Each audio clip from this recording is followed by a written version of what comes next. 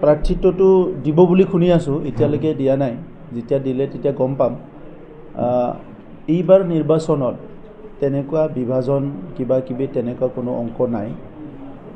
অকল কোকৰাঝাৰে নহয়, এইবাৰ নিৰ্বাচনটো আমি যিটো NDA আছে, NDA টিম আৰু অসমত NDA টিম বুলি ক'লে বিজেপিৰ লগত AGP আৰু UPPL আমি একেলগে আছোঁ।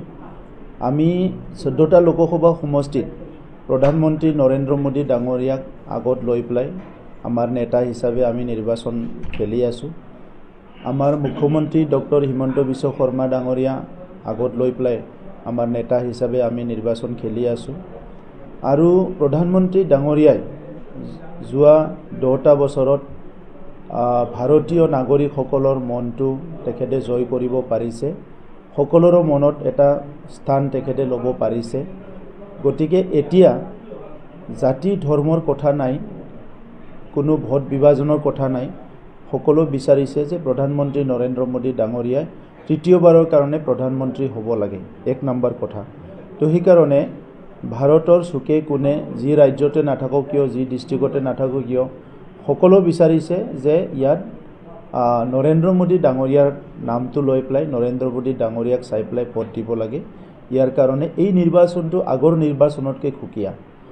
অসমত অহাৰ লগে লগে অসমৰ মুখ্যমন্ত্ৰী ডক্টৰ হিমন্ত বিশ্ব শৰ্মা ডাঙৰীয়া দায়িত্ব লোৱাৰ পিছতে তেখেতে যিটো গেৰেণ্টি দিলে, যিটো কমিটমেণ্ট দিলে যে অসমখন ভাৰতৰ ভিতৰত এখন উন্নত ৰাজ্য হ'ব লাগে।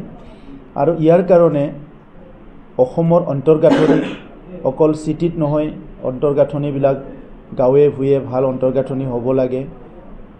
সামাজিক পৰিস্থিতি ভাল হ'ব লাগে। আজি সেইকাৰণে যিমান সশস্ত্ৰ সংগ্ৰামী আছে সকলোৰ লগতো কথা পাতি মূল খুঁটিলৈ লৈ অহা হ'ল। ইয়াৰ পিছত যিটো আৰ্থ-সামাজিক উন্নয়ন, আমাৰ শেষ মানুহ বুলি যাক কোৱা হয় দৰিদ্ৰ সীমাৰেখাৰ তলত, সেইসকলক অৰুণোদয় দিয়া, বিভিন্ন আঁচনি দিয়া, ৰেচন কাৰ্ড দিয়া, এই গোটেই আঁচনিবিলাক আজি এটা সামাজিক সুস্থিৰতা আনিবলৈ সক্ষম হৈছে আৰু অৰ্থনৈতিকভাৱে আগুৱাই যোৱাৰ কাৰণে সকলোকে এটা সাহস দিছে আৰু সকাহ দিছে। গতিকে এই নিৰ্বাচনটো আগৰ নিৰ্বাচনৰ লগত কোনো কাৰণতে নিমিলে। BTR অঞ্চলত আমাৰ চৰকাৰ গঠন হোৱাৰ পিছত BTR অঞ্চলৰ 35 লাখ জনসাধাৰণৰ দৈনন্দিন সমস্যা আৰু দশকৰ পৰা দশক চলি অহা সমস্যা, অনাগত দিনত সুস্থিৰভাৱে আগুৱাই যোৱাৰ কাৰণে সমাজখন ভালকৈ সকলো জাতি জনগোষ্ঠীৰ লগত মিলি চলিব পৰা এটা পৰিৱেশ গঢ়াৰ কাৰণে আমাৰ চৰকাৰখনে কাম কৰি আছে। গতিকে আজিৰ সময়ত ইয়াত কোনো বিভাজনৰ কথা নাই।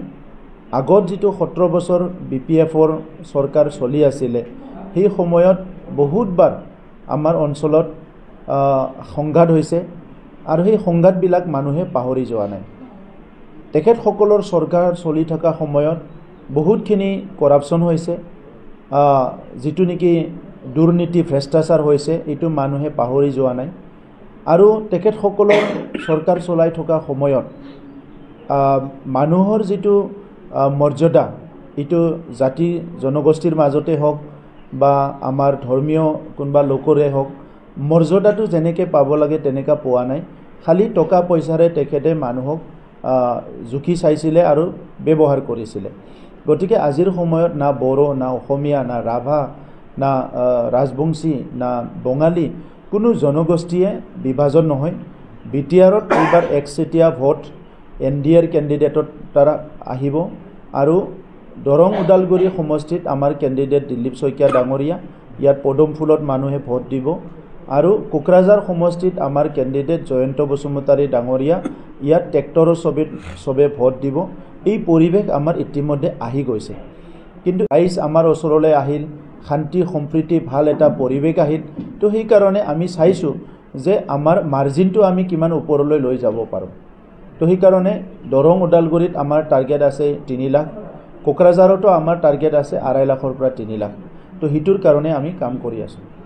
এখন জিকিব বুলি কোৱাটোতো মুখ্যমন্ত্ৰী ডাঙৰীয়াই এইবাৰ কৈছে, আগততো তেনেকৈ কোনো কোৱা নাছিলে 13খন আসন জিকিম বুলি। এনেই কোনোবা ব্লাইণ্ডাৰ শ্বট মাৰাটো বেলেগ কথা, 14টা আসন জিকিম বুলি। মুখ্যমন্ত্ৰী ডাঙৰীয়াই এইবাৰ কৈছে যে আমি 13টা আসন জিকিম। গতিকে সিদিনালৈকে মুখ্যমন্ত্ৰী ডাঙৰীয়াই কৈ আছিলে যে আমাৰ 11খন আসন নিশ্চিত হৈ গ'ল, এতিয়া আৰু 2খন আমাৰ আসন বাঢ়ি গ'ল। গতিকে সেইটোক পূৰা কেলকুলেশ্যন কৰি এনালাইচিছ কৰি মুখ্যমন্ত্ৰী ডাঙৰীয়াই কৈ আছে আৰু অসমত তেনেকুৱাই হ'বলৈ গৈ আছে। কাৰণ এতিয়া বিৰোধীৰ কোনো নেতৃত্বও নাই, সংগঠনো নাই, বিৰোধীৰ লগত কোনো ইছ্যু নাই, বিৰোধীৰ লগত না ইছ্যু আছে, না সংগঠন আছে, না কিবা এটা তেখেতসকলে ক'ব পৰা কিবা এটা কথা আছে। ৰাহুল গান্ধী ডাঙৰীয়াই ভাৰত জোৰো বুলি পেলাই এটা নাটক কৰিলে। ভাৰতবৰ্ষখন এতিয়াহে জুৰিব বিচাৰিছে। স্বাধীনতাৰ ৭৫ বছৰ পিছত আৰু কি ভাৰত জুৰিব বিচাৰিছে? যি সময়ত বড়োলেণ্ডত জুই জ্বলি আছিলে, উত্তৰ পূৰ্বাঞ্চলত জুই জ্বলি আছিলে, তেতিয়া কংগ্ৰেছৰে চৰকাৰ আছিলে, তেতিয়া আৰামছে শুই থাকিল। এতিয়া আহি পেলাই ভাৰত জোৰো কৰিবলৈ আহিছে তেখেতে মানে পাৱাৰ নোহোৱাৰ কাৰণে। তো আজি যিবিলাক কংগ্ৰেছৰ চিন্তাধাৰা, এইটো দি মানুহ আৰু কোনো পতি নাযায়। ইতিমধ্যে চবেই গম পাই গৈছে, না কংগ্ৰেছৰ লিডাৰশ্বিপ আছে, না সংগঠন আছে, না ইছ্যু আছে। গতিকে তেখেতসকলে আৰু একো কাম কৰিব নোৱাৰে। আৰু BPFৰ সমস্যাটো নিজে হাগ্ৰামা মহলাৰী ডাঙৰীয়াই 17 বছৰ চান্স পাইছিলে BTR অঞ্চলৰ পিছপৰা অঞ্চলবিলাক ডেভেলপ কৰাৰ কাৰণে, অন্তৰ্গঠনি নিৰ্মাণ কৰাৰ কাৰণে, বিভিন্ন জাতি জনগোষ্ঠীৰ মাজত সমন্বয় কৰি এটা সুস্থ পৰিৱেশ কৰাৰ কাৰণে। কিন্তু তেখেতে সেইখিনি সময়টো মানে পূৰা বিদেশ ভ্ৰমণ, নিজৰ এণ্টাৰটেইনমেণ্ট, বিভিন্ন কামত তেখেতে নিজৰ ব্যস্ততাত এইটো কটাই দিলে, যিটো নেকি কোনো ভাল কামৰ কাৰণে ব্যস্ততা নহয়, যিবিলাক আমি ক'ব নিবিচাৰোঁ সামাজিকভাৱে। তো সেইকাৰণে আজি এই কথাবিলাক চবেই জানে আৰু সেইকাৰণে আজি ইয়াত কোনো প্ৰতিদ্বন্দ্বী বুলি একো নাই। ইয়াত একপক্ষীয় মানে নিৰ্বাচন হ'বলৈ গৈ আছে। NDAৰ প্ৰাৰ্থীসকলে বহুত ভোটত এইবাৰ বিজয় হ'বলৈ গৈ আছে। নিৰ্বাচনত এছেম্বলিৰ নিচিনা, কাউন্সিলৰ নিচিনা বহুত হুলুচ দেখিবলৈ নাপায়, কাৰণ এৰিয়াটো বহুত ডাঙৰ হয়। সেইকাৰণে এতিয়া যিটো আমাৰ অৰ্গেনাইজেশ্যন যিটো আছে, UPPLৰো আমাৰ একদম তৃণমূল পৰ্যায়লৈকে সংগঠনটো শক্তিশালী, BJPৰো তৃণমূল পৰ্যায়লৈকে সংগঠনটো শক্তিশালী। আমাৰ ইতিমধ্যে হিচাপ আহি গৈছে প্ৰায়, ক'ত কিমান ভোট আছে, ক'ত কিমান ভোট নাই, কোনে আমাক ভোট দিব, কোনে কাক ভোট দিব। গতিকে এতিয়া যিটো আছে মবিলাইজেশ্যন, প্ৰচাৰ যিটো কোৱা হৈছে, এই কামটো একফালেদি আমাৰ প্ৰায় শেষে হৈছে। কিন্তু নিৰ্বাচনটো এটা আমাৰ গণতান্ত্ৰিক এটা উৎসৱ। গতিকে এই গণতান্ত্ৰিক উৎসৱটো এই এটা স্কোপ আমি পাওঁ 5 বছৰৰ মূৰত ভাৰত চৰকাৰত, মানে চৰকাৰ এখন বনাবৰ কাৰণে। এই উৎসৱৰ কাৰণে আমি ঘূৰা ফুৰা কৰিম, মেল মিটিং কৰিম, আমাৰ কৰ্মকৰ্তা কাৰ্যকৰ্তাবিলাক একেলগে বাইক ৰেলী কৰিব, মিটিং কৰিব, এইবিলাক চলি থাকিব।